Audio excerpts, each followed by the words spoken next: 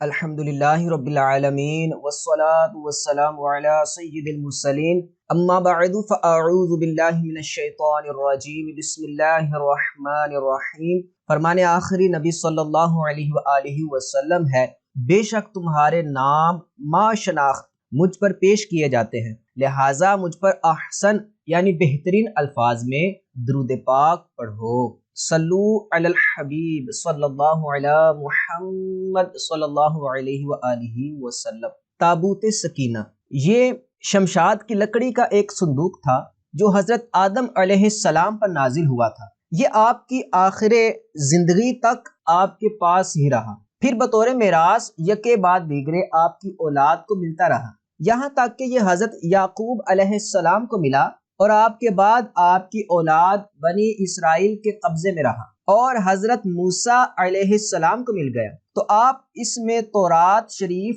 اپنا خاص سامان رکھنے لگے۔ یہ بڑا ہی مقدس اور بابرکت صندوق تھا۔ بنی اسرائیل جب کفار سے جہاد کرتے تھے اور کفار کے لشکروں کی کثرت اور ان کی شوکت دیکھ کر سہم جاتے اور ان کے سینوں میں دل دھڑکنے لگتے تو وہ اس صندوق کو اپنے آگے رکھ لیتے تھے، تو اس صندوق سے ایسی رحمتوں اور برکتوں کا ظہور ہوتا تھا کہ مجاہدین کے دلوں میں سکون و اطمینان کا سامان پیدا ہو جاتا تھا، اور مجاہدین کے سینوں میں لرزتے ہوئے دل پتھر کی چٹانوں سے زیادہ مضبوط ہو جاتے تھے۔ اور جس قدر صندوق آگے بڑھتا تھا، آسمان سے نصر من اللہ وفتح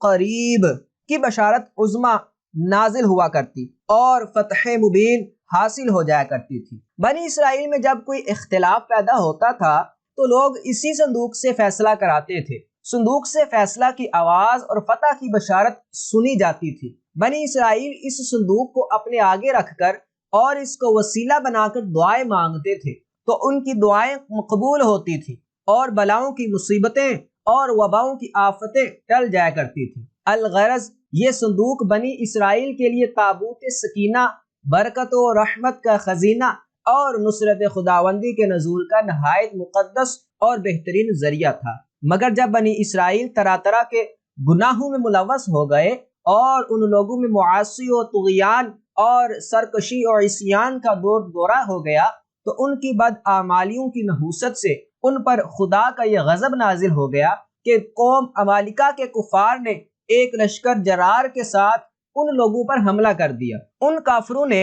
بنی اسرائیل کا قتل عام کر کے ان کی بستیوں کو طاقت و تاراج کر ڈالا، عمارتوں کو توڑ پھوڑ کر سارے شہر کو تہس نہس کر ڈالا اور اس متبارک صندوق کو بھی اٹھا کر لے گئے۔ اس مقدس تبرک کو نجاستوں کے کوڑے خانے میں پھینک دیا۔ لیکن اس بے ادبی کا قوم عمالقہ پر یہ وبال پڑا کہ یہ لوگ طرح طرح کی بیماریوں اور بلاؤں کے ہجوم میں جھنجھوڑ دیے گئے۔ چنانچہ قوم عمالقہ کے 5 شہر بالکل برباد اور ویران ہو گئے، یہاں تک کہ ان کافروں کو یقین ہو گیا کہ یہ صندوق رحمت کی بے ادبی کا عذاب ہم پر پڑ گیا ہے، تو ان کافروں کی آنکھیں کھل گئی۔ چنانچہ ان لوگوں نے اس مقدس صندوق کو ایک بیل گاڑی پر لاد کر بیلوں کو بنی اسرائیل کی بستیوں کی طرف ہانک دیا۔ پھر اللہ پاک نے 4 فرشتوں کو مقرر فرما دیا جو اس مبارک صندوق کو بنی اسرائیل کے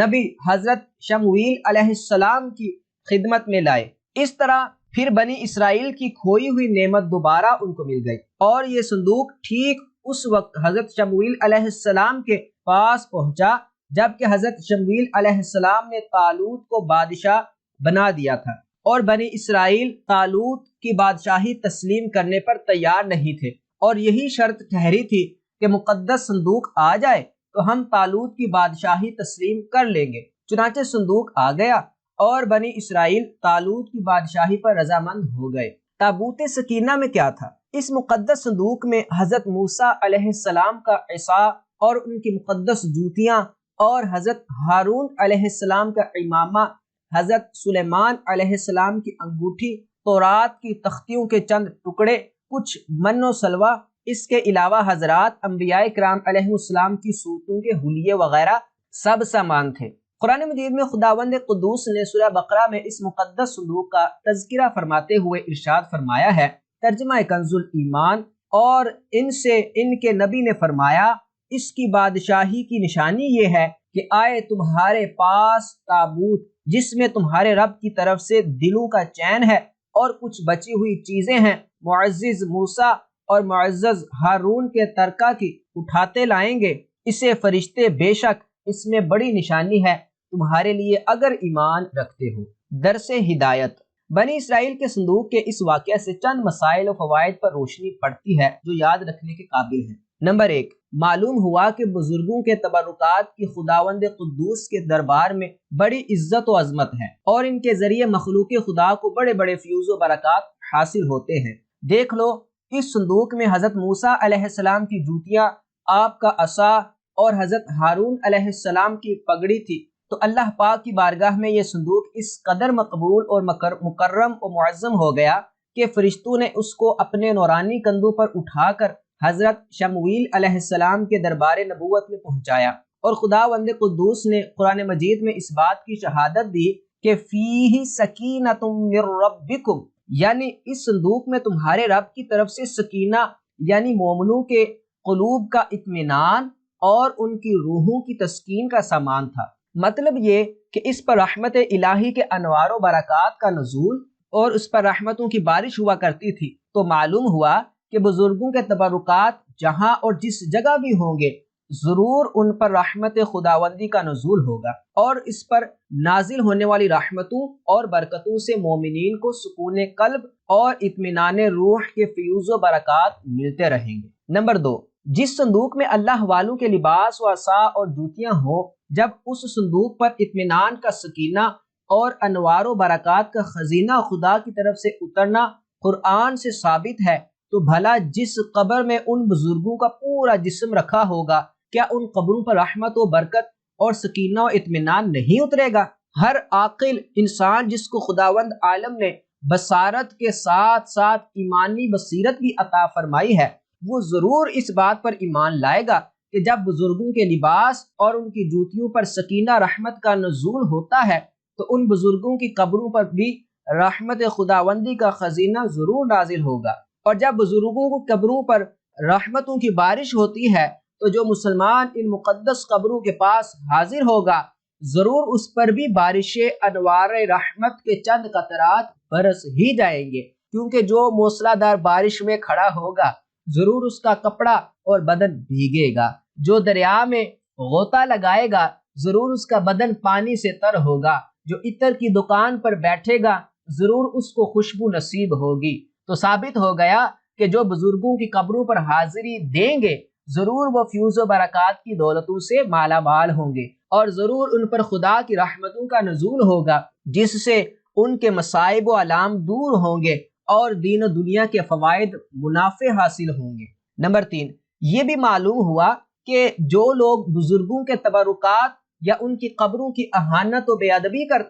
کریں گے وہ ضرور قہر قہار اور غضب جبار میں گرفتار ہوں گے، کیونکہ قوم عمالقہ جنہوں نے اس صندوق کی بے ادبی کی تھی ان پر ایسا قہر الہی کا پہاڑ ٹوٹا کہ وہ بلاؤں کے ہجوم سے بلبلا اٹھے، اور کافر ہوتے ہوئے انہوں نے اس بات کو مان لیا کہ ہم پر بلاؤں اور وباؤں کا حملہ اسی صندوق کی بے ادبی کی وجہ سے ہوا ہے۔ چنانچہ اسی لیے ان لوگوں نے اس مقدس صندوق کو بیل گاڑی پر لاد کر بنی اسرائیل کی بستی میں بھیج دیا تاکہ وہ لوگ غضب الہی کی بلاؤں کے پنجہ قہر سے نجات پالے۔ نمبر 4، جب اس صندوق کی برکت سے بنی اسرائیل کو جہاد میں فتح مبین ملتی تھی تو ضرور بزرگوں کی قبروں سے بھی مومنین کی مشکلات دفع ہوں گی اور مرادیں پوری ہوں گی، کیونکہ ظاہر ہے کہ بزرگوں کے لباس سے کہیں زیادہ اثر رحمت بزرگوں کے بدن میں ہوگا۔ نمبر 5، اس واقعہ سے یہ بھی معلوم ہوا کہ جو قوم سرکشی اور عصیان کے طوفان میں پڑ کر اللہ و رسول عز و جل و صلی اللہ علیہ وسلم کی نافرمان ہو جاتی ہے